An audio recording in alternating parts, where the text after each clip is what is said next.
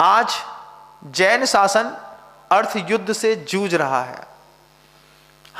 हमारे पास आस्था की कमी नहीं है, लेकिन जब हम देखते हैं कि सरकारें किसी और मंदिरों में 20-20 हजार करोड़ रुपए लगा रही हैं, 1000 करोड़ रुपए लगा रही हैं और लगातार मंदिरों के निर्माण और व्यवस्थाओं में सर्वोत्कृष्ट शैली का प्रदर्शन कर रही हैं, वो पैसा किसका है? वो पैसा किस लिए दिया गया है? भारत का संविधान देखिएगा, संविधान साफ सुथरा कह रहा है मनुष्य के विकास के लिए आपको उस धन का प्रयोग करना चाहिए था। आपने बड़े बड़े मंदिर बना करके एक संस्कृति की जीवंतता निश्चित करी और उसी मंदिर से जुड़े हुए कौम के लोगों ने 2-2 रुपए बस डालना सीखा, बाकी चैरिटी करना भूल गए। सरकार ने जिस मंदिर पे 10,000 करोड़ दे दिए हैं, 5,000 दे दिए हैं, 100 दे दिए हैं, 200 दे दिए हैं, ये तो 4,000 साल तक जिंदा रह जाएंगे। लेकिन अगर आपके मंदिरों में सरकार ने इस तरीके की कोई व्यवस्था नहीं बनाई है, तो क्या हमारी संस्कृति अगले आने वाले 200 साल 400 साल में मिट नहीं जाएगी? तो हमारी संस्कृति को किस चीज से युद्ध करना पड़ रहा है? आस्था से?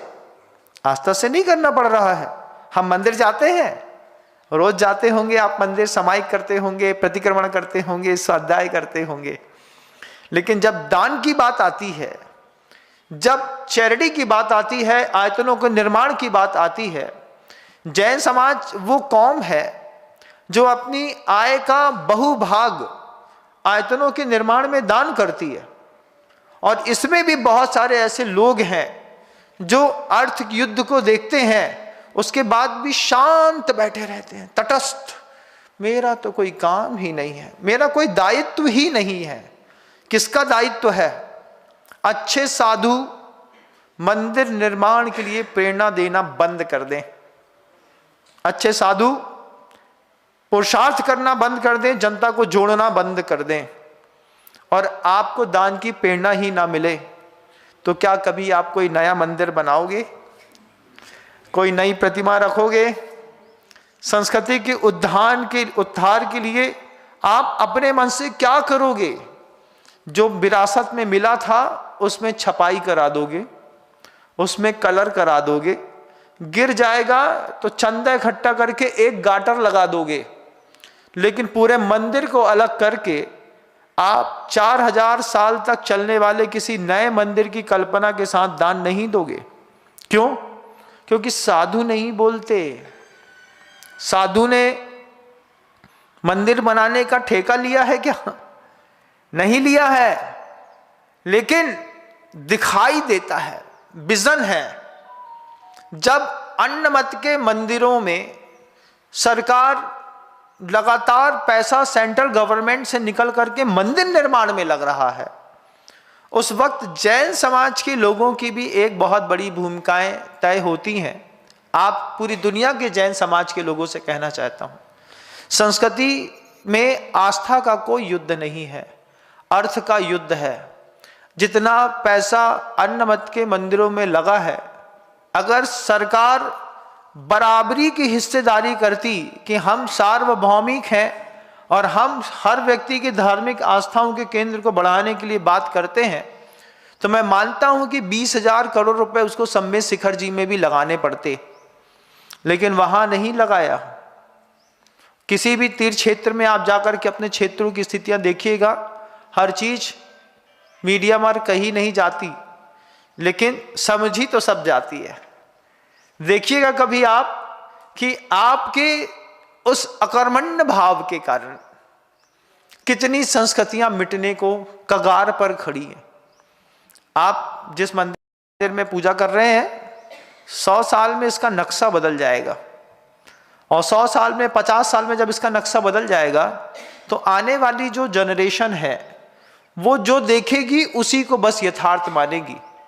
और कल को कोई कह दिया कि भगवान महावीर इस दुनिया में हुए ही नहीं थे, तो आपकी आगे आने वाली पीढ़ियों के पास उसको समझाने के लिए सिलेबस, स्ट्रक्चर, उसको समझाने के लिए कोई ऐसा एविडेंस नहीं रहेगा कि जिस एविडेंस पर हम ये बता सके कि हमारा धर्म 100-200 साल पुराना नहीं है। नए मंदिर नए जिनालय, नए जिनबिंब, नए धार्मिक केंद्र आदमी को, व्यक्ति को कंट्रोल करते हैं। समाज के कंट्रोल करने के लिए, एक सोसाइटी को मैनेज करने के लिए एक आस्था का केंद्र बना करके बीच में रखना पड़ता है। और हमारे आस्था के केंद्र आज अर्थ युद्ध से जूझ रहे हैं।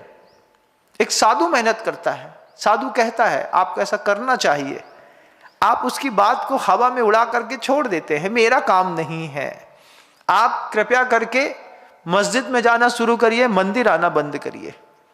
आप जाइए कहीं पर, आपको समझ में आएगा कि आपके भगवान की क्या कीमत है और आपके भगवान का होना इस पूरे विश्व के लिए कितना जरूरी है। क्योंकि सिर्फ प्रभु की पूजा नहीं है, उनके सिद्धांत जब अहिंसा दिखाई देती है उस स्थान पर, दया, क्षमा, करुणा दिखाई देती है, सत्वेषु मैत्री का भाव दिखाई देता है, वात्सल्य दिखाई देता है, ब्रह्मचर्य जिसके कारण समाज का मैनेजमेंट बना रहता है। यहाँ पर आकिंचन व्रत की जब बात उस मंदिर में, उस सोसाइटी के सामने रखी जाती है तो सोसाइटी कंट्रोल्ड होती है। सोसाइटी को कंट्रोल नहीं करना है, कम्युनिटी को स्ट्रांग नहीं करना है। हम परेशान हैं अर्थ युद्ध से।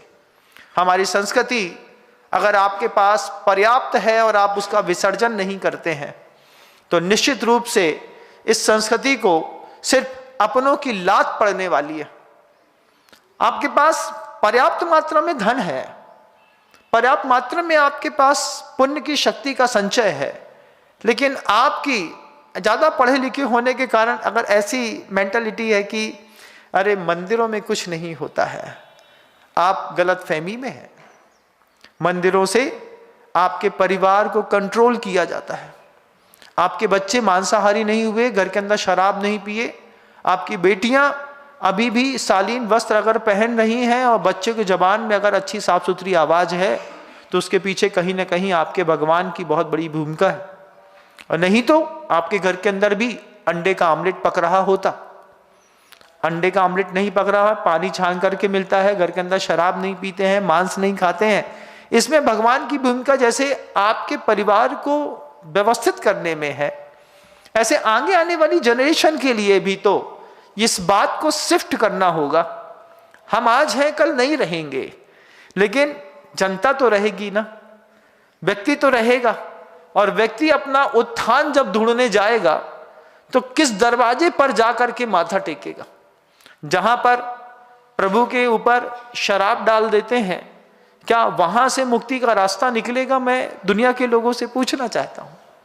जय हिंद दोस्तों, अगर आपको मेरी वीडियो अच्छी लगती है तो प्लीज़ मेरे चैनल को लाइक, शेयर, सब्सक्राइब करिए और इसी तरह से अपना प्यार देते रहिए। धन्यवाद।